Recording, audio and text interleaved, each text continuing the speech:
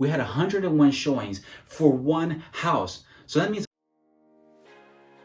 thank you for tuning into our weekly show. We're here, we're keeping you up to date as far as what's been going on in the real estate market. We're looking back now at the third week of February, where we had 64% of the available inventory that went on the market that week go under contract or pending. So again, we've been seeing about an average of 63 to 67% on a weekly average for February of basically the inventory that hits the market is going right off within that week. We know, right? It's a seller's market.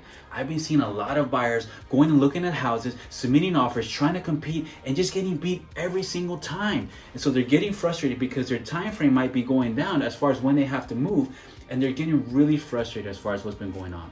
And so we've been fortunate to be able to list a house every Thursday of this month. We like Thursday because the day right before the weekend. The weekends are still the time where we get the most traffic.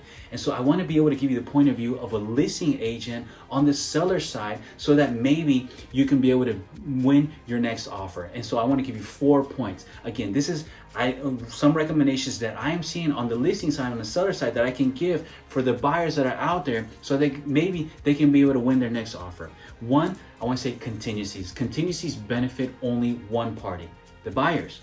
Right now, we're in a seller's market. So keep that in mind. Number two, right now, the offers that are getting accepted, becoming contracts, they're offering 5 to 12% above asking price. So right now we want to be able to consider that 5 to 12% above asking price. Okay, so be able to come and compete and to be able to do that. Number three, appraisal language. If you're writing a contract, if you're submitting an offer, be able to ensure that you can add some appraisal language in there.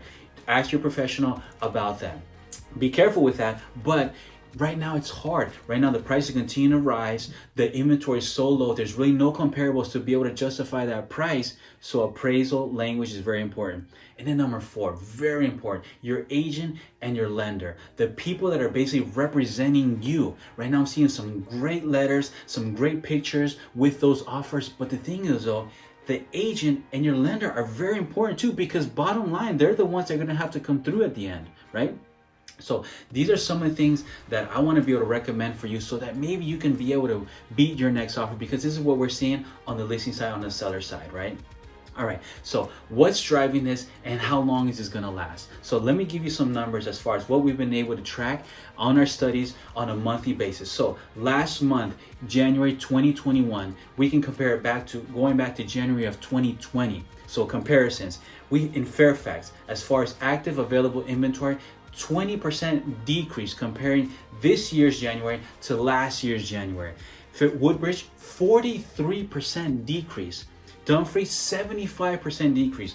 Springfield, 18% decrease. This is as far as available inventory that's out there. We know inventory continues to go down for whatever reason right now. That is basically what's happening, and then the buyer's demand is just so high because a lot of buyers have realized, hey, you know what? My rent is probably going to be the same, if not probably more than what my mortgage would be, just because of how low the interest rate is right now. So those are the things that are basically driving this. How long will this last? Well, this past weekend that we listed this house, we had 101 showings. We had 101 showings for one house. So that means 101 buyers are going out and looking at one house.